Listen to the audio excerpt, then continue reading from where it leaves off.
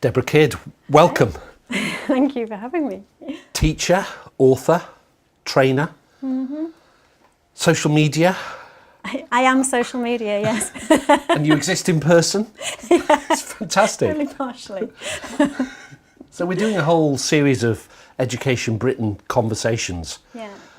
trying to find out what are the jewels, what are the treasures in the system, Yeah. and what have you seen that's a jewel of our system that you're seeing out there?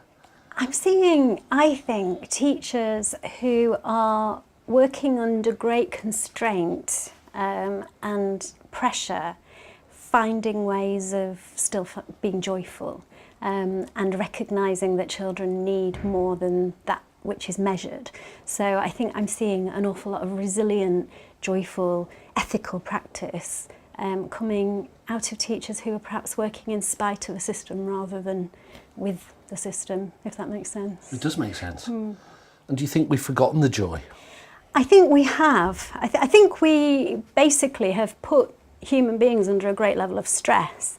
And when we're under a great level of stress, we tend to become less resilient. We tend to have poorer health, we tend to become more forgetful and make more mistakes. And we also tend to lose a bit of empathy.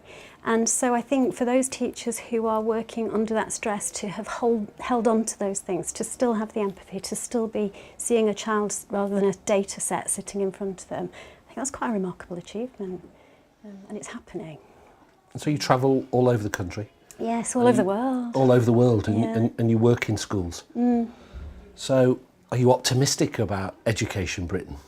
I'm optimistic about human beings and children and the relationships that exist between adults who are ultimately altruistic. No teacher goes into the profession for money, and if they went into for the holidays, they've long gone because they've realised that was a bit of a con. So the people go into teaching for one of two reasons usually. It's either because they were passionate about a subject and they are kind enough and decent enough to want to pass that passion on to another generation, or they're passionate about children and they love children, and usually it's a combination of the two. So it's such a deeply altruistic profession, I think, that no amount of performance-related pay or target setting or anything is ever going to replace the joyfulness of a relationship between an adult and a child, and I think that's what keeps people in the classroom. And do you think we've got some great schools? I think we've got some great schools. I think we've also got some not so great schools who are being hailed as great schools, and I think that's the difficulty for us at the moment. I think you can be outwardly great in terms of achieving data, but inwardly unethically achieving that data, and I think that happens. I think it's also possible to be able to look great and have all the data that you need, but really what's feeding that is a middle class set of parents who are paying for private tuition and cultural experiences and, you know, sort of bolstering their child's vocabulary and experience that makes the school look good, but in fact a school down the road that might be labelled with requires improvement is doing so much more to develop proper experiences for children. So I think, you know, we have got some great schools, but we've also got some schools hailed as great who perhaps aren't when you scratch beneath the surface. So do you celebrate the system, or do you just celebrate the human beings in that system? Because you talked about the joy that you found in terms of great teachers. I think there has to be some kind of systemic accountability in schools, and I think, you know, to imagine a utopia where children aren't tested and everybody's hugging each other and everyone's happy is a lovely idea, but actually, you know, this is public money that's being spent and people need to be held accountable for it. I just think that our accountability measures are too narrow. So I'd like to see schools being quizzed about the mental health and well-being of children and their staff, because the two impact upon each other. I'd like schools to be asked to account for the final outcomes of children. So for example, you know, we might look at the EEF toolkit and we look at something like arts participation is quite expensive and there's low impact on achievement. So therefore, lots of schools are saying, well, we won't bother with the arts anymore. But why aren't we looking at the data that suggests that children who take part in the arts are 3 times more likely to go to university, twice as likely to vote, and 20% more likely to volunteer in the community? Where's our accountability for that? Does that make sense? So yes, they might be better at doing maths and English without the arts. I still don't think that that's a necessary correlation. But why aren't we looking to what children achieve when they come out of it, what kind of human beings they are, what kind of impact they have on the world? So I'd like to see that measured. That's interesting. So what's your week like? What's a typical week? Oh, blimey. It can be anything. I mean, I recently just came back from 2 weeks in Singapore, for example. I was working in schools out there, so, you know, my typical week out there was very different to a week here. Everything's better in Singapore? No, not at all. The weather is.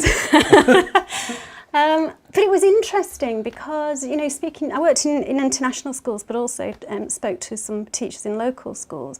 And it was just little things like they were saying, oh, you know, we'd love to come to England and see how you make your children creative and innovative. And we're trying to free up our curriculum a little bit. It's too rigid.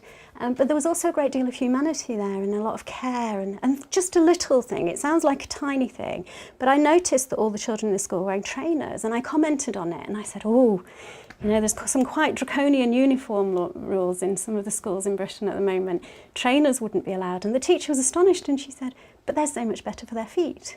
And she couldn't understand why anybody would put a child in clothing that wouldn't be of benefit to them.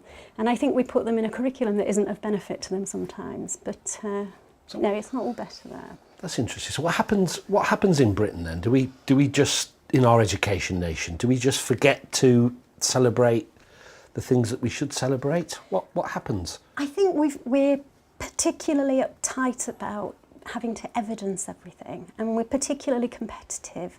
You know, I listened to Michael Wilshaw speak today, and he threw out that statement that we have a mediocre education system. And I found that really deeply disappointing because it doesn't, I mean, basically that whole assumption is based on PISA tests. And the data's flawed, and even the OECD says, you know, the difference between, you know, a school in this position and in this position is statistically insignificant. You know, some of the gaps are so narrow that they're actually more or less equal. But also, you know, he can't compare the entire education system of a country with a city that doesn't even enter its migrant children for the test. Or do we really want to say that test scores are more important than the teenage suicide rate? Because who would want to put their kids through the pressure that South Korean children go through? So we're not looking at, you know, an equal system of testing. We're looking at culture. And we're saying, when we say we're mediocre, we're saying we must have a mediocre culture. But I don't think we do. I think we have a rich and varied and creative culture. So if you were to celebrate one or two things in our system, in education Britain, what would you celebrate? I know it's a tough question. It's a really tough question because I think some of the things I would like to celebrate are things that are under threat. And you know, I am very passionate about the arts, so I will talk about the arts a lot. But you know, the fact that disadvantaged children now are 23% less likely to take an arts-based GCSE, and you look at who's successful, whether it's in the world of classical music or who's getting Oscars or who's, you know, winning Turner Prizes or whatever it is, and they're privately educated adults. So I think we're really doing a disservice when the creative industries are just booming and carrying our economy forward to remove the access to that, you know, enriching but also economically enriching part of cultural life. So good for the individual and good for the country. It's good for the individual and good for the country. And I think there's some fantastic arts practice around the country, but there are an increasing number of schools who are removing it from their curriculum or devaluing it to an extent that it just becomes a token gesture. So how do you keep yourself going? How do you keep your level of optimism? I go and play with children. I go in and, you know, teachers invite me to come in and work with their classes, and they just bring you alive. You know, they say the most extraordinary things. I was working with a group of children the other day who we were looking at conservation, and we were looking at what was happening to rainforests and so on and so forth. And they came up with this idea. They wanted to show their understanding by singing the song from the Jungle Book that Louis sings. And I said, well, you can, but you've got to put your knowledge into that song. So they had one group of orangutans who were in a zoo and another group of orangutans in a rainforest competing with each other about who had the best life. And, you know, one's going, man's hunt for palm oil makes the forest burn. I have no home, nowhere to run. There's nowhere for me to turn. And the ones in the zoo are going, we want to be like you, you know, we want to hunt like you, grunt like you. And it was just beautiful because they had this contextual knowledge and they had a real understanding, but they had this playfulness about how they wanted to communicate it that I would never have imagined that they would choose that vehicle for expressing it. So that's joyful, I think. That is joyful. And are you optimistic? Yes, I am a born optimist and I'm a glass half full girl, but I think there need to be loud vocal advocates for this kind of practice and the value that it has. And I think we really deeply need to ask questions in education about what is the purpose of education. And for me, it's not about competing with China on PISA tests, and it's not about getting children through 5 GCSEs. They need that, but good test results should be a byproduct of a great education, not the aim of it. And I think what we should be trying to create are children who are fundamentally wise. And to be wise rather than intellectual, you have to have empathy, you have to be able to connect knowledge to experience, you have to make reasoned judgments, you have to be well informed. And I think, if anything, that this referendum debate has thrown up is how badly informed we are and how susceptible we are to, you know, the basest human nature and human instincts. So, should we leave it there? Yes. Thank you very much. Before I go off onto the referendum. We'll leave it at basis instincts. Yeah. With a load of optimism around it. Yeah. I think there's hope, but I just think that it's very easy to fall prey to instincts that are less hopeful.